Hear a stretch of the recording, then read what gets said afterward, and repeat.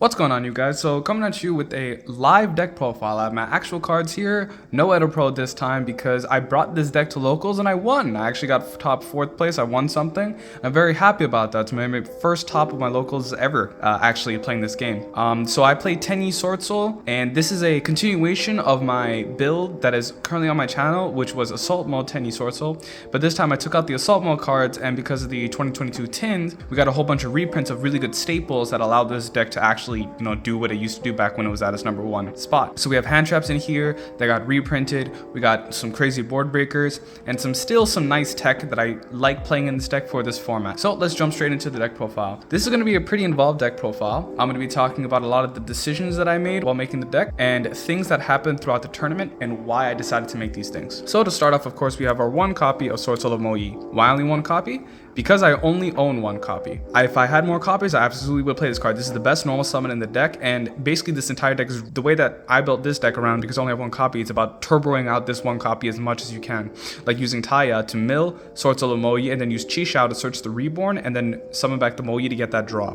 That draw is really good because you can get into hand traps or extenders or follow-up for next turn, so that if they break your board, you can still play. Come from there, we have the second best normal summon, which is Swordsoul of Taya. Taya is the main way that I made Chi-Shao throughout the entire tournament. Being able to take a Tenyi monster, link it off, go into Monk, and then banish that Tenyi monster to go into Chi-Shao was really good. And again, milling Mo-Yi with Taya and then searching the Reborn in order to go into Draco Berserker or Baxi or whatever I needed to do, maybe Chao Fang for a light lock. That was really good with Taya. And I mean, Taya banish a spell, go into Yazi is crazy. Now we have the next extender, which is Long Yuan. Long Yuan is the best extender. It gives you access to all the 10s. We got Chang Ying, Qixing Long Yuan, and Ready Rush Dragon in this build. No Baron de Fleur yet. That card is still $100, so I still have not picked it up. I will eventually when it gets a reprint.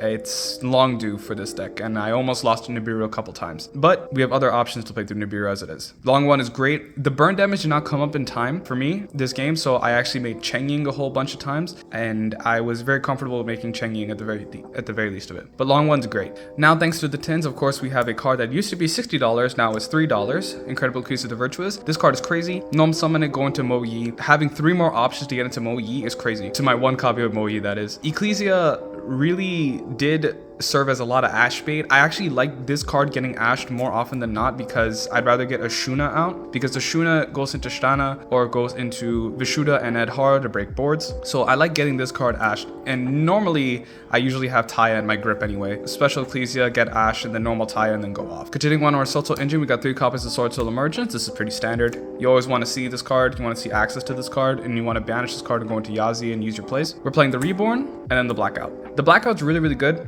and I play Shtana specifically because of it. If your opponent has 2 monsters plus a field spell or some continuous spell trap, you can go Blackout, tribute the Monk, target those 2 cards, the monster and the back row. Then you trigger Shtana, banish, summon back the Monk, and then pop that last monster and break their board crazy like that. Reborn is really good. I like playing it. I like seeing this going first, and I like seeing this going second. I can see it going first, I can put it into the grave, and if I have Taya in grip, I can guarantee I have Yazi lines afterwards, or even Baxia lines. However, if I could, I would play 2 copies of this card, but you simply can't. It's just too bricky and it's not super great. I also would like to play 2 copies of the Blackout. I just like playing more archetypal cards, but it's not really good for this deck. The ratios have already been figured out, so why break what's not broken, or why fix what's not broken, sorry. Coming into our tins, we got 3 copies of Ashuna, the best Tenyi.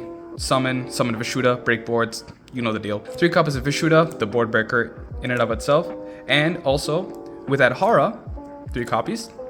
You can get access to Chi-Shao without committing to your normal summon. In addition, Adhara allows you to get follow-up. After you make the Chi-Shao, you still have the Monk on board. You get a Shuna back into your grip for follow-up. Then we have the 1 copy of the Shtana. Shtana, again, I mentioned already why it's good. In addition, with the Blackout, tribute the Monk, banish, pop 2 monsters, 1 from Shtana, 1 from the Blackout, and then 1 back row, which is very common. More often than you think. Think about Flow on Reese. They also always have field spell up, maybe live twins, they have the continuous spell up, so on and so forth. For more consistency, I added in 2 copies of Vessel of the Dragon Cycle. This card is crazy, gives you so much advantage. It really helped. I liked this card also getting Ash too, because you don't want you use Tenyis to make really powerful plays before committing to the normal summon of the Swordsoul Taya or the Swordsoul Mo-Yi. So this card with any Tenyi can get you into a Shtana line 9, or any Tenyi plus this card can get you to guaranteed Chixiao with Ashuna, Vishuda, and whatnot. To play around Imperm and Veilers, I added in 2 copies of Heavenly Dragon Circle. I think this card's really strong. The fact that it also guarantees you follow-up if you get a non-effect monster on the board, in addition to being able to dodge things like Imperm and Veiler, are really, really good. When Token Collector comes out, I like seeing this card, but no one's really playing Token Collector, and that's actually why I like Swordsoul right now, because no one's really siding against it. If no one's siding against Swordsoul, the hate that you saw in previous YCSs of previous months are not going to be present. Simply, people are going to be playing their deck to beat Tier and Sprite. As a result, Swordsoul could really just pop off. We are playing the cross-out package.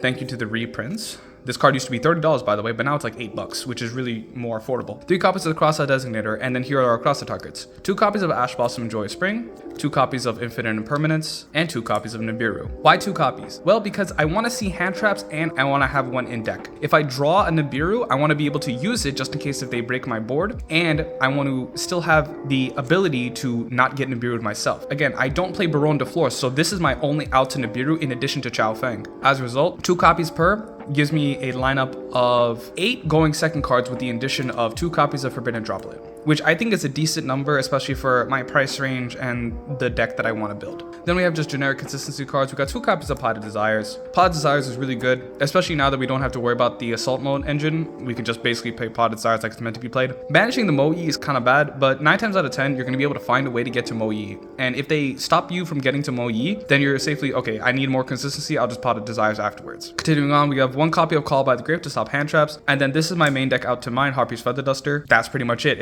It just beats mine. It does come up. I did draw this in games 2 and 3 as a top deck as an out to mine, which is really, really good. And I won those games as a result. So that's going to do it for the main deck. Let's move on into the extra deck. Okay, so for the extra deck, we're going to have 2 copies of Swordsoul Grandmaster Chixiao. This card is, I mean, in what makes the archetype, right? If you don't have Long One and Grip, you search Long One off him. And then this also serves as an interruption for monster negation. I mean, it's just insane. We have 1 copy of Draco Berserker the Tenyi. Didn't come up as much. I didn't need to break boards. I actually used Baxia a lot more to break boards, but this card is very, very good if you just need to get an extra body onto field. When I went full combo, I definitely made this guy. I lost him to triple tactics talent and it got linked off, but I mean, what can you do about that? 2 copies of Baxia and 1 copy of Yazi. Pretty standard. Baxia spins and can summon back and can go into Chao Feng. Yazi is really good because you can summon Mo-Yi from deck and get a pop out of the way. 1 copy of Chao Feng. I played against Branded Eldritch, so I did try to make Chao Feng to try to stop them from using light monsters, and it did come up. They had to spend like 2-3 cards in their grip to actually get rid of Chao Feng, so it was very much worth it in my opinion. Now we have the level 10s, Cheng Ying, Qixing Longwan, and Ruddy Rose Dragon. I made Cheng Ying a whole bunch. The reason why is because the banish from field and the banish from grave does come up an insane amount. Chixiao banish, then be able to banish that monster with Cheng Ying, and then whatever they have extender in the grave with Cheng Ying is insane.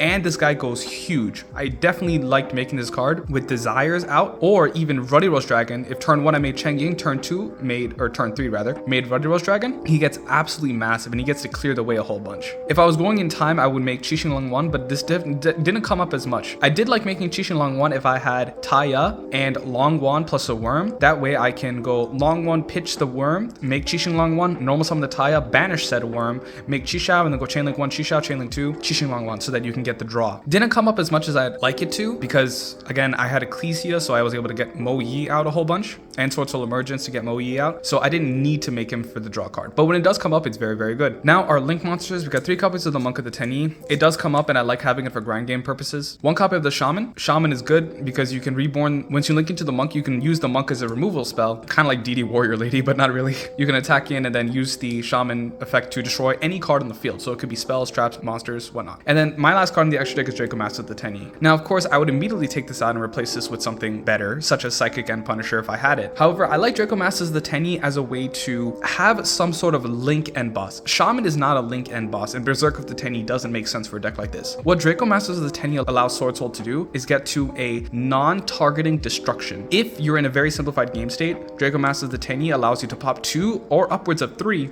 9 times out of 10. He also can't be beat over by an effect monster, and no one's normal summoning a vanilla with over 2600 attack. So he has to be removed from the field in alternative ways. Granted, a lot of ways to do that, but I still think that Draco Master of the Tenyi, for the time being, is a great choice for this deck. That's going to do it for the extra deck, and I will now move into my side deck and other peripherals. The other peripherals are just the tokens.